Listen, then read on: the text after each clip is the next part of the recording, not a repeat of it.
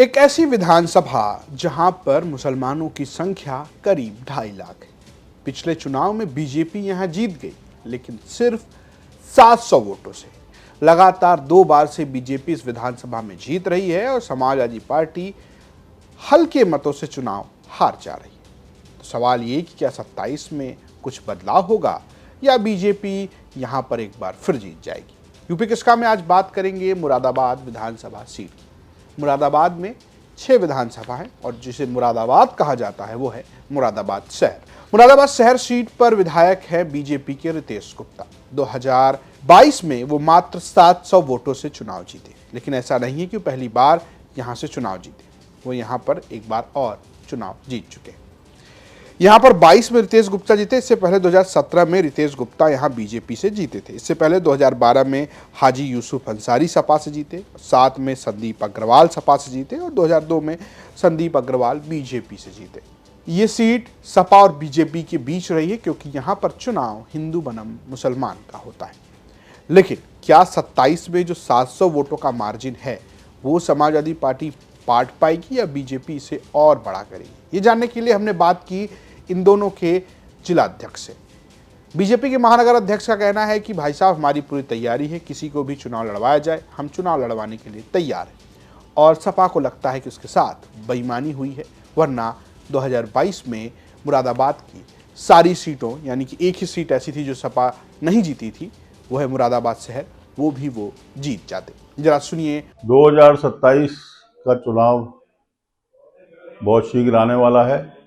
उसकी भारतीय जनता पार्टी द्वारा पूरी तैयारियां कर रही हैं और चल रही हैं।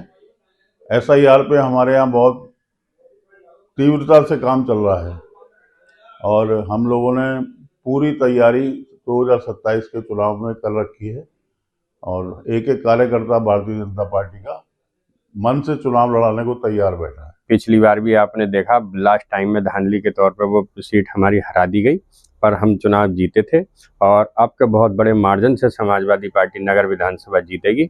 हमने वोटों पर भी पूरा फोकस करा, अच्छे यहाँ अपने वोट बढ़ाने पे हम काम कर रहे हैं। और 2027 में जो समाजवादी पार्टी के आदरणीय राष्ट्रीय अध्यक्ष और उत्तर प्रदेश के पूर्व मुख्यमंत्री थे, जो उन्होंने कार्य करे हैं, वो भाजपा की सरकार में कुछ नहीं हो पाया। पूरे क्षेत्र के लोग इस चीज को कहते हैं। नेताओं के अपने दावे हैं, लेकिन ये सीट हिंदू बनाम मुसलमान के समीकरण में जब फंसती है तब सपा को नुकसान होता है, और जब सीट हिंदू बनाम मुसलमान के समीकरण से ऊपर उठती है तब सपा को फायदा होता है। इस सीट पर लगभग 5,24,000 वोटर है, जिसमें 2,40,000 करीब मुसलमान हैं और करीब 2,55,000 करीब हिंदू मतदाता भी हैं। ये हिंदू बनाम मुस्लिम का समीकरण है, लेकिन चुनाव हिंदू बनाम मुसलमान होता नहीं है हर बार। अगर आप एक अनुमान के मुताबिक देखें तो मुसलमानों की संख्या 2,40,000 है, सैनी 80,000 है, दलित 60,000 है, ब्राह्मण 40,000 है, क्षत्रिय 30,000 है, वैश्य 30,000 है और पंजाबी 15,000 है। सपा को दिक्कत तब होती है जब अन्य पार्टियों से भी मुसलमान उम्मीदवार आते हैं और मुसलमानों का वोट बिखरता है।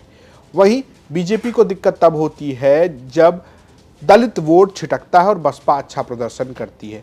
यहाँ पर बसपा 4-5% वोटों पर रहती है। अगर वो ज़्यादा वोट बढ़ाती है तो बीजेपी को नुकसान होता है। हालांकि कुछ OBC वोट यहाँ पर समाजवादी पार्टी भी हासिल करती है। तो कुल मिलाकर यहाँ पर चुनाव बहुत कांटे का होता है। तो क्या 27 में भी ऐसा होगा? ये जानने के लिए हमने बात की स्थानीय पत्रकारों से। अगर मुस्लिम प्रत्याशी जो दूसरी पार्टियों से खड़े हो जाते हैं, अगर वो ना हो और एक तरफा मुस्लिम समाजवादी को मिले तो समाजवादी हर बार यहाँ से सीट जीत जाएगी। तो 27 में क्या लगता है आपको? तो 27 में तो बहुत पीच है, एक तरफा नहीं है मामला, कड़ी टक्कर मिलेगी।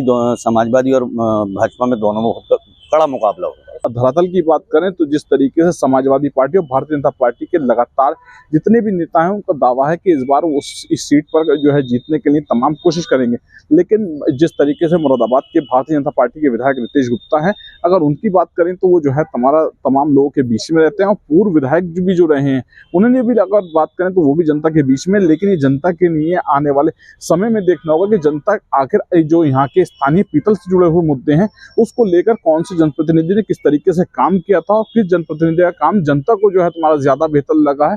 ये जो है तुम्हारा चुनाव सीधा सीधा लेकिन टफ मुकाबला रहता है नगर विधानसभा पर। स्थानीय पत्रकारों का कहना है कि भाई इस बार चुनाव कांटे का ही होगा, कोई भी जीत सकता है। सपा ज्यादा मुफीद है, लेकिन अगर रितेश गुप्ता लड़ते हैं तो वो तिवारा ये सीट निकाल भी सकते हैं। अब सवाल ये है कि सीट पर आखिर चुनाव लड़ेगा कौन? क्या रितेश गुप्ता बीजेपी से लड़ेंगे और क्या समाजवादी पार्टी की तरफ से कोई परिवर्तन होगा? क्या वो कोई दलित समुदाय से कोई कैंडिडेट देने की कोशिश करेंगे? क्या गैर मुस्लिम उम्मीदवार होगा यहाँ पर? ये सब भी बहुत चर्चा का विषय है और आप ओवैसी फैक्टर को भी नहीं भूल सकते। फिलहाल आपकी क्या राय है? अगर आप मुरादाबाद शहर में रहते हैं और आप इस सीट के बारे में जानते हैं तो हमें कमेंट बॉक्स में ज़रूर बताएं। स्टोरी भेजी थी मुरादाबाद से हमारे सहयोगी जगत गौतम ने। देखते रहिए यूपी तक। नमस्कार।